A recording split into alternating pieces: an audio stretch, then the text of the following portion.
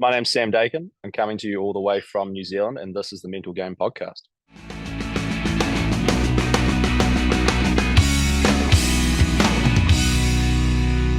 Hello and welcome to the Mental Game Podcast. I'm your host, Sam Brief, and today, for the first time in Mental Game history, we have a guest named Sam. Yes, finally, after 77 episodes, we've done it. And today's guest, Sam Dakin, is a gem. So Sam is one of the greatest athletes his country has to offer. He's represented the great nation of New Zealand at 2 Olympics as a track cyclist. 2020 Tokyo, 2024 Paris, and his goal is a third, 2028 LA.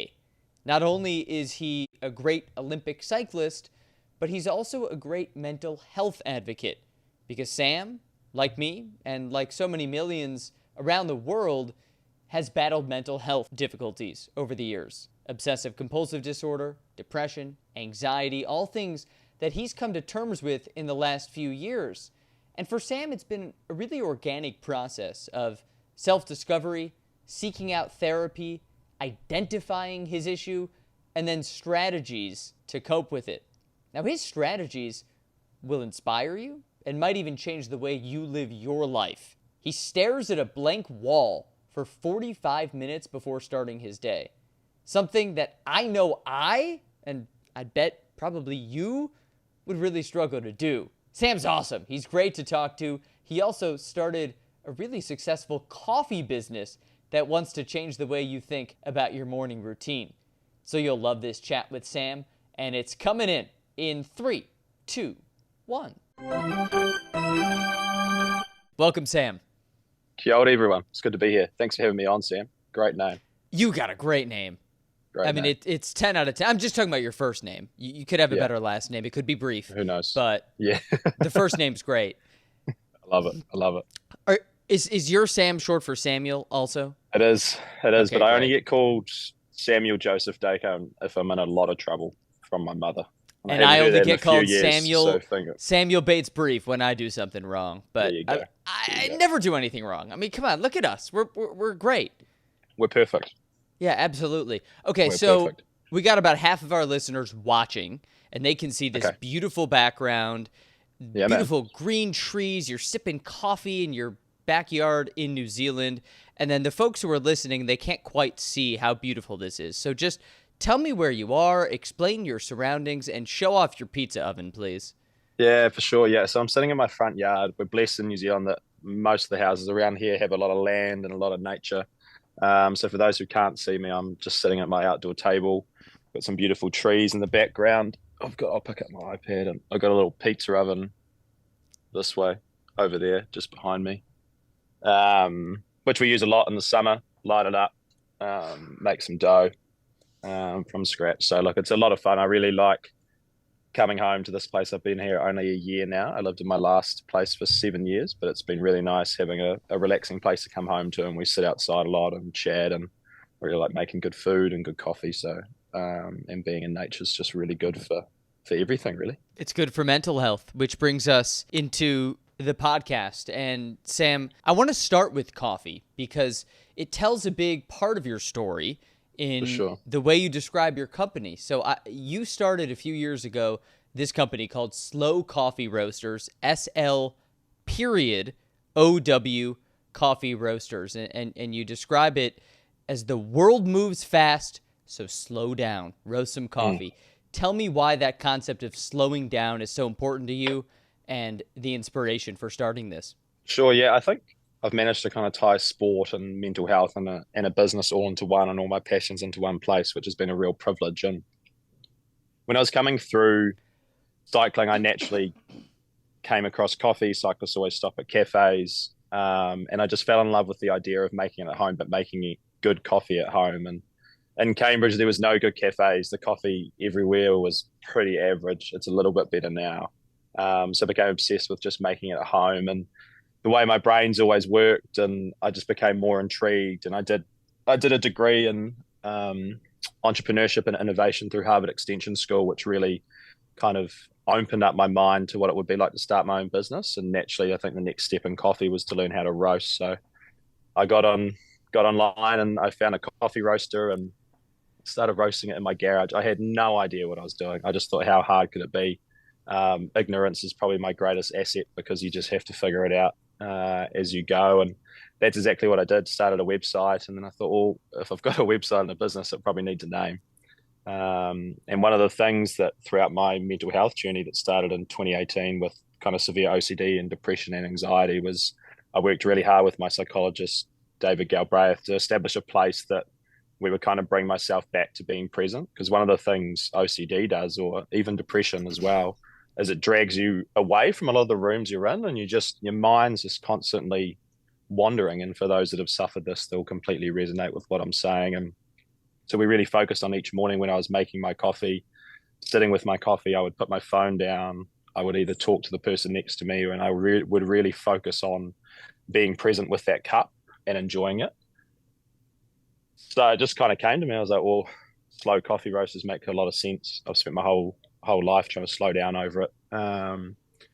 And then the tagline, yeah, the world moves fast, slow down, I think resonates a lot. I still look at the bag and remind myself to slow down. I'll be rushing around trying to train or run the business and just take a moment to pause. I think particularly now, we're in such a fast moving society with the way AI is developing, the way technology is changing our lives, that it's going to be easier and easier to lose touch with just living. So we're all about encouraging people to slow down, to stop, to put your phone down, talk to the person next to you, interact with someone you see at the cafe, write on your journal. Everyone has 5 minutes in a day to just pause. But we think you should do that over exceptionally great coffee. There's no concept that resonates with me more than the need to slow down. I mean, great Sams must think alike, because I go fast. I mean, I got it written on my phone, slow down. And I struggle a lot with that, to be honest. I mean, it's amazing in today's society, in 5 minutes, I can accomplish more and talk to more people than my ancestors could do in a month. Yeah. But I can text 100 people and send emails and accomplish this and give myself no time to slow down. And then what's going to happen? I'll crash and burn, right? And I'm really in that phase this last few weeks. Like since the Olympics, we've just had a crazy schedule. I had a break, and then I traveled back to Europe 3 times in like 4 months, which for those who haven't been to New Zealand takes 42 hours to get to Europe of travel each way. We're a long way away. And then I've had 1 week in a home since January. We've been trying to grow the business. We launched a new website, and I just started to crash and crash and crash. And I'm hungry. I want more. I want this to be the biggest coffee company in the world. I also want to win an Olympic gold medal in LA. So I'm really in that phase at the moment. Last week I had a call with our psychologist, and it was just going back to exactly that. Just slow down. What's on the plan? It doesn't have to be everything this week. You can just accomplish one thing, and it's okay. I think I always get stuck in this perfectionism loop, and it's what's made me great at everything in my life, but it's also my greatest kind of weakness and the thing that's caused me the most pain. So yeah, totally. I resonate 100%, Sam, with what you're saying. You're a 2-time Olympian track cyclist. I hope when we're talking in a few years, I can say 3-time Olympian when you come here to the States to compete in Los Angeles. It's a sport, track cycling, where you're rewarded for speed. You're trying to go as fast as humanly possible, yet you're constantly now trying to slow down. And your coffee company is a big part of that. How do you battle those two parts of your brain, that I got to go quick, qualify for this, get to the Olympics, and then slow down? I think you talk about, or we've talked about a lot, kind of this idea that you only have a certain amount of energy, right? And energy is not necessarily created, it's just transferred in different ways throughout the day. So the important part is using that energy efficiently. And if we can slow down and pause in certain parts of the day, we'll save up that energy to transfer it to the time when we need it to be high or fast. And that's kind of how I've been operating the cycling, is that like when I'm at training, I'm in 100%. I give it my all. And I've been doing it for so long now, it's almost autonomous to give 100% and to go as fast as I can and to push those details. And then when I walk out of the track or our facility, I switch off, and I go home, hang out with my partner or cook dinner, or my flatmates, move into the business. And you're kind of always just making sure that you're moving. You're kind of I talk about like being where your feet are, and you're constantly doing that. So I think I want to be living proof that slowing down actually makes you speed up. Um, and I think that's what I've been trying to prove for a few years, and I reckon I've done a pretty good job. Your Instagram bio is the best I've ever seen because you have an amazing tagline in there, which is slow down, it's faster. And that's what you're getting at, right? Yeah, At the end of the day, you'll go faster. Sam Dakin, the cyclist, will go faster, make it to another Olympics, have all these great accomplishments because he slows down and doesn't burn out. I think that's so beautiful. thank you, man. Yeah, thank you. I really appreciate that. And yeah, look, it's an oxymoron, right? It's like a yin and a yang. But I think you need both. And I was talking about this someone the other day. They'd just been on holiday and they'd come home, and I said the holiday was so amazing. I wish I could do it all the time. But the only reason breaks feel good or winning competitions feels good is always because you have black and white or yin and yang. You must have one to contrast to the other. If you only had one, it wouldn't feel as good, and if you only had the other, it wouldn't feel as good either. So I think in that context, it's really important to slow down and speed up. You know, like this. So I think it's really important. Can't go too slow, but you can't No, go too fast. You got to find that perfect exactly. balance. Now, before we move into a little more of your journey, I got to talk a little more coffee because I'm a coffee nut, and hey, I might have the future CEO of like the next Starbucks on the line here, so I got to Who pick your brain a knows? little bit about your Yeah, man. coffee. I was looking here at your website. Tell me the best. I see you've got a couple filter coffee blends that are sold out. Yeah. What's the best that I could buy right now from here in America? It totally depends what you're into. Like, if do you mostly drink drip coffee? Yes. Yeah. Do you like something that's quite clean and like the flavors are quite clear, or something that's a little bit funky, poppy, like bit out there? I I would say I'm a little more of a clean kind of guy. No Yeah, for no sure. funk. I don't want too much funk in my coffee. No funk. We've got this Costa Rican natural. It's called Marsby. Is pretty nice. Mearsby, however you choose to pronounce it. Or my favorite name of a coffee we've got so far is the Pango Pango from Indonesia. It's also Oh a yeah, I saw natural. this one. What? Tell me about the Yeah. Pango Pango. It's a limited release of ours, so it's a natural from Indonesia. It's extended natural. So you have different processes in coffee, like you Uh, have washed, natural. You've now got co-fermented. A lot of these processes are coming from natural wine processes and being dragged across to coffee, and a lot more experimentation. And those processes at origin, which are done in Colombia, in this case Indonesia, will have a lot of effect on ultimately how the cup tastes. We can roast it in a certain way, but I can't make a coffee from Brazil that's a wash make it taste like a coffee from Indonesia that's a natural. I'm just looking to highlight what I've already been given with the raw goods. So I reckon any of those you'd be pretty down. Like, we've got nothing that's crazy funky at the moment, apart from this uh, one from Indonesia that's a co-fermented peach, like yeast fermentation. It just tastes like drinking peach iced tea. Um, Super wild. We've had a guy actually from the States. He's bought 5 bags of it. He emailed us and said, "This is the best coffee I've ever had in my entire life." He dropped like $300-400. the funky fermented peach iced tea type of coffee. Yeah, man. $300 he spent on this. Let me guess. Let me guess where he lives. He is from Portland, Oregon. I have to double check. Let me message you on Instagram afterwards. I have to go double check his address. Let me know. If I'm It's going pure crazy. population odds, I should say New York City, but I don't know. Something about this peach iced tea coffee guy tells me he's from Oregon. That's my guess. Yeah, totally. Yeah, and we've got a few new espresso ones coming out, for any listeners that are doing that. One called Candy Zest, which is like a nice washed Peruvian coffee. Mm. Super yum, like sweet candy, brown sugar. And then another one called Sticky Jam. It's quite sticky in the mouth, jammy, sugary, sweet, super yum. I could listen to you describe coffee all day long.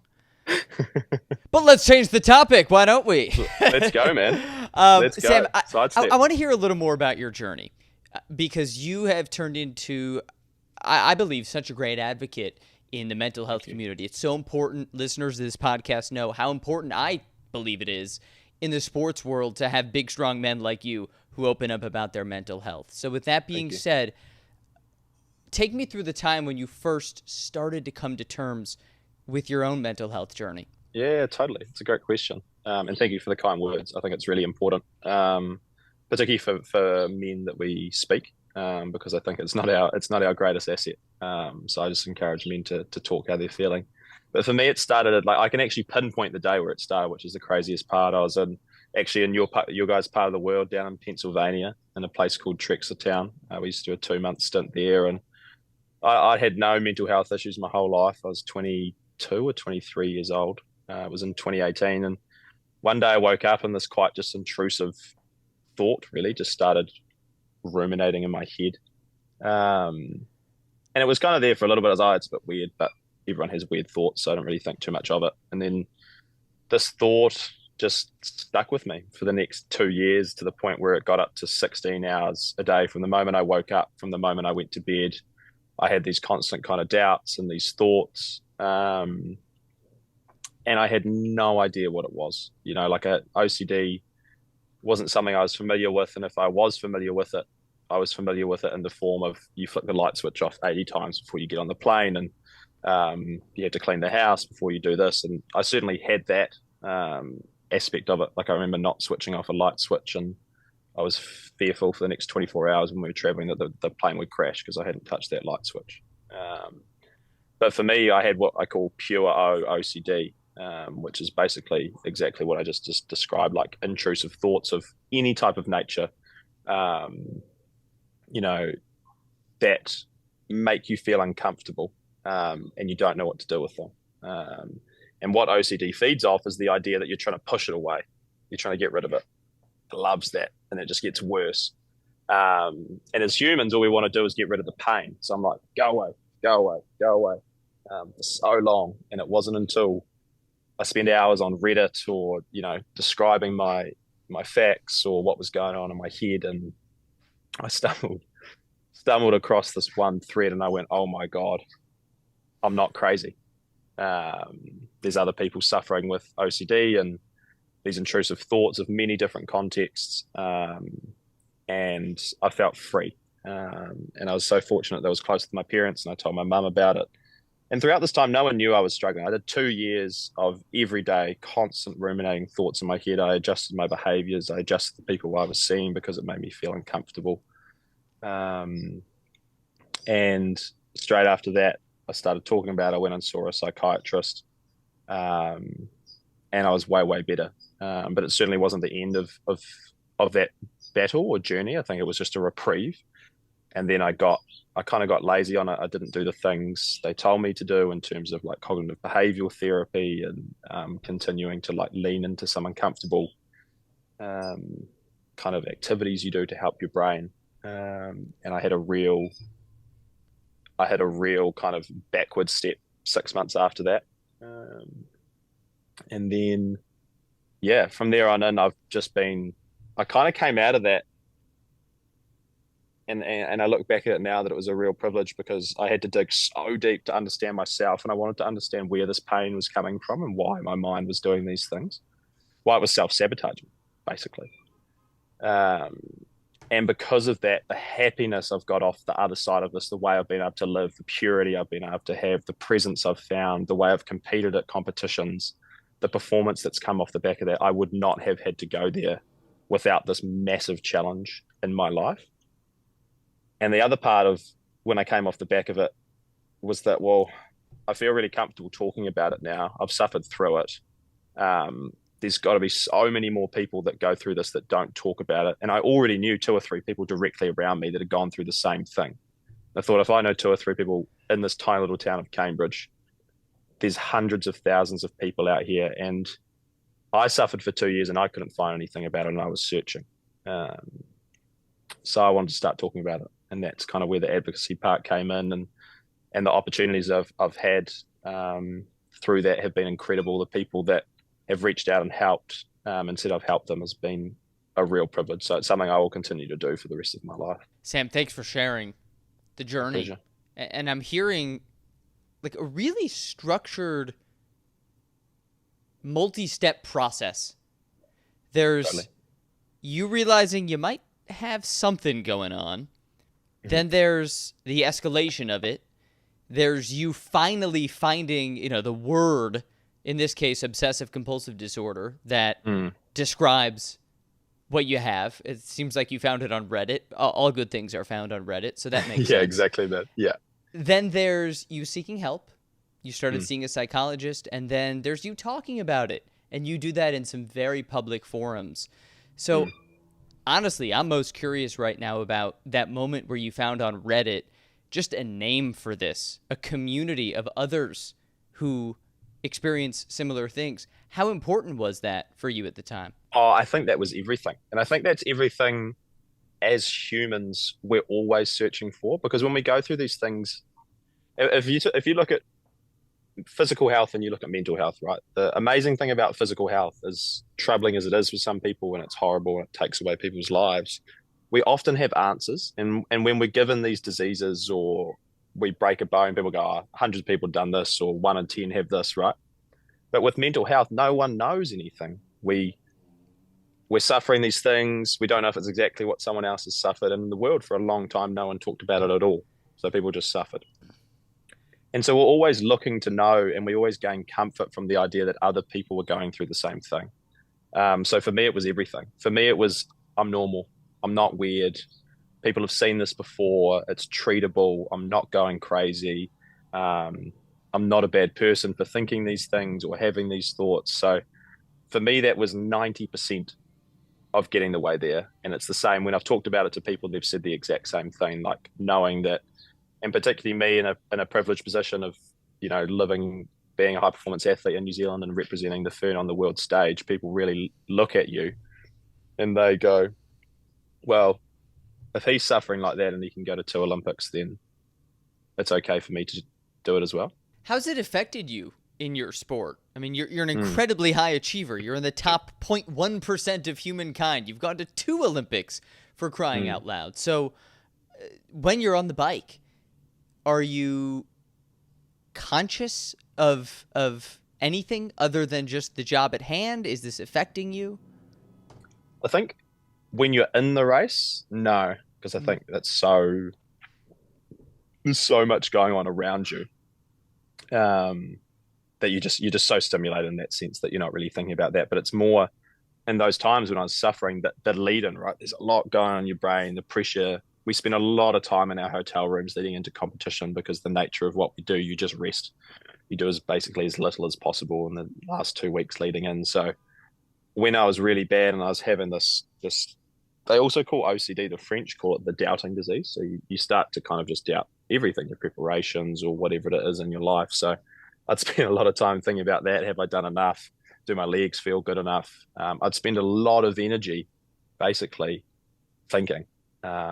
Whereas now I can switch off. I just lie there. We call it marinating. You know how you marinate chicken or a good piece of meat and then it tastes better. I'm marinating some in the fridge right now. Perfect. Exactly. I just marinate in my hotel room in Paris before the Olympics. That's what I was doing. Not really thinking about anything. I'd go to training. I'd have, a great session and that's cool. And then I'd park it. Same if I had an average one. Um, so yeah, I think finding that community and then dealing with it in sport has been huge. I think sport was also always my safe place because it was easy. Like sport is relatively mindless in our one. You don't really have to think. I just have to lift a weight as hard as I can, pedal the bike as fast as I can. So I really liked going there each day because I could just do that. Sam, you mentioned starting to meet with your psychologist, and it sounds like you got some really great strategies. He taught Mm, you all about the concept of slowing down, clearly the concept of marinating, like my beef in the fridge right now. exactly. And you've learned a lot, but that comes with the commitment to go to therapy. So I'm curious how long and how difficult it was for some of those lessons to settle in and actually change your life. Yeah, I mean, I've been seeing psychologists for 10 years now. I've been working with the same psychologist for 10 years, so a really, really long time. And obviously, that relationship's developed deeply over that time. He's an exceptional character and a weird one as well. He looks at the world quite differently, which I've really enjoyed. Um, and I think, look, often I see him weekly. I would talk to him every week. It might just be for 5 or 10 minutes, but it's just a touch point. It's a touch point to review. I journal every single day. I've been doing that for about 4 or 5 years now. I've got an insane amount of journals in my room with my deepest, darkest thoughts, which sometimes I go back and review. I find that really important. But yeah, I think just having that weekly touch point, it doesn't have to be a therapist, friends around you. And I've always been fortunate that I've had mates that this is kind of the level we talk at. We talk about this stuff. It hasn't been, and I think that's been really cool.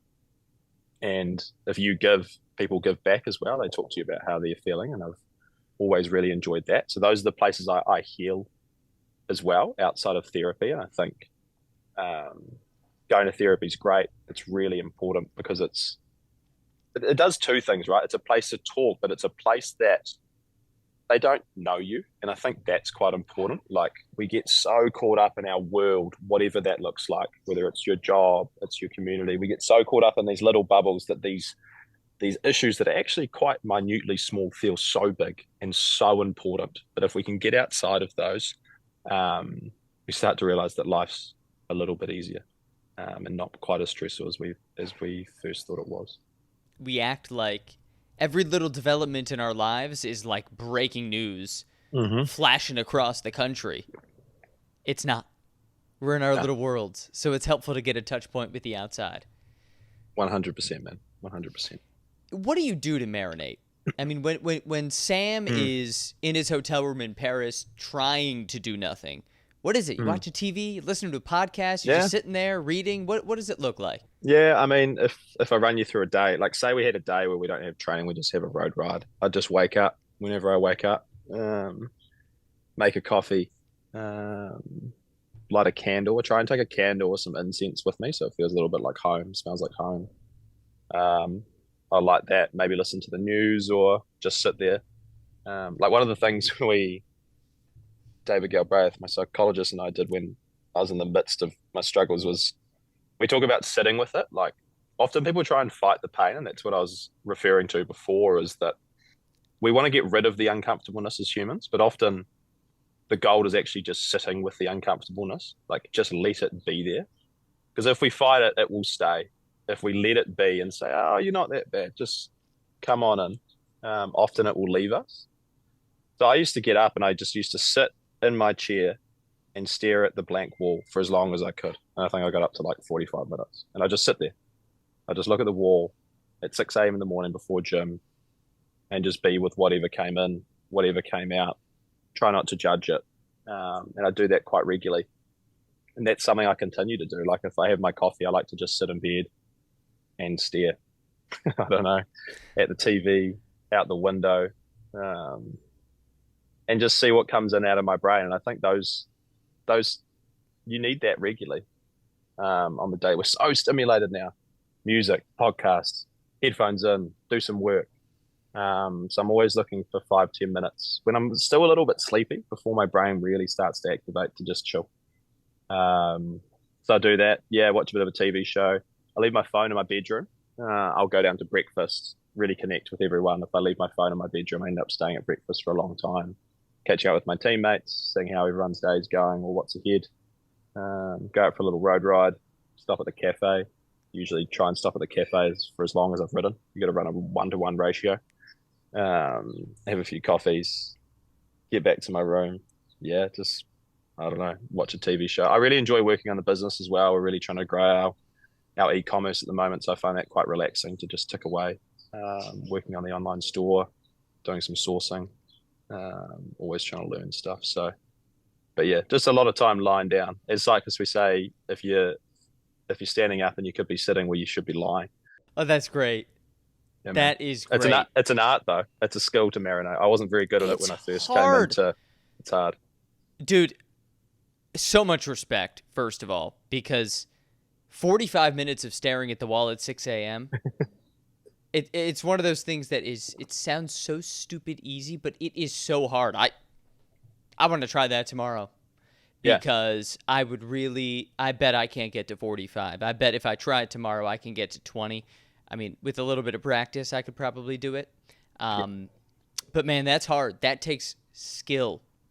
Yeah. And it's one of the greatest exercises I've done because it has taught me to just sit with it.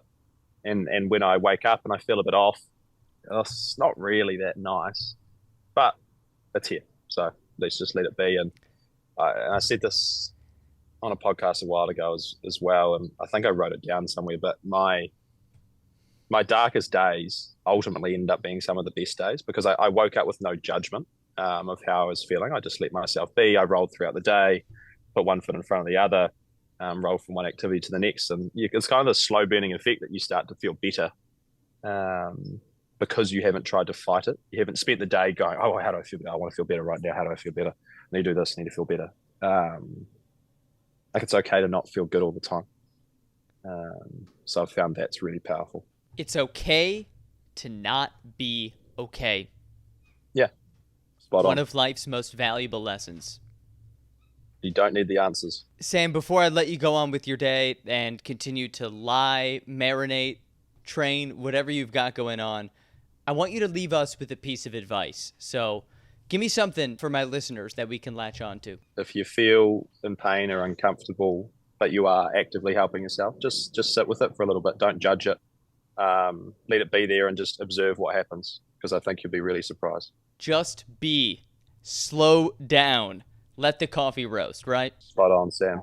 Love it, mate. Sam could talk about this, about coffee, about the best name in the world all day long. Thank you so much for joining the mental game and being so open. My pleasure. Thanks for having me, guys. Absolute privilege. Back here in the studio, just one Sam Brief with you now. And what a great conversation with Sam Dakin. Hoping he makes it to the LA Olympics, and I know he's got a customer in me, and who knows, maybe in you, for some of that slow coffee. Honestly, I'm really inspired by some of his process. I move way too fast. Anyone, friends, my fiance, my family, coworkers, they can all tell you I go way too fast. I mean, you can probably hear in my voice that I'm always moving, always working, always connecting, and sometimes I just gotta slow down. So the concept of marinating, of staring at a wall, of just being, is really nice. So I will slowly end the podcast by thanking you, asking you to subscribe if you haven't already, and just saying have a great day. Let's all move slowly and be kind to ourselves. This has been the Mental Game Podcast with Sam Dakin. I'm your host, Sam Brief, and I'll talk to you next time.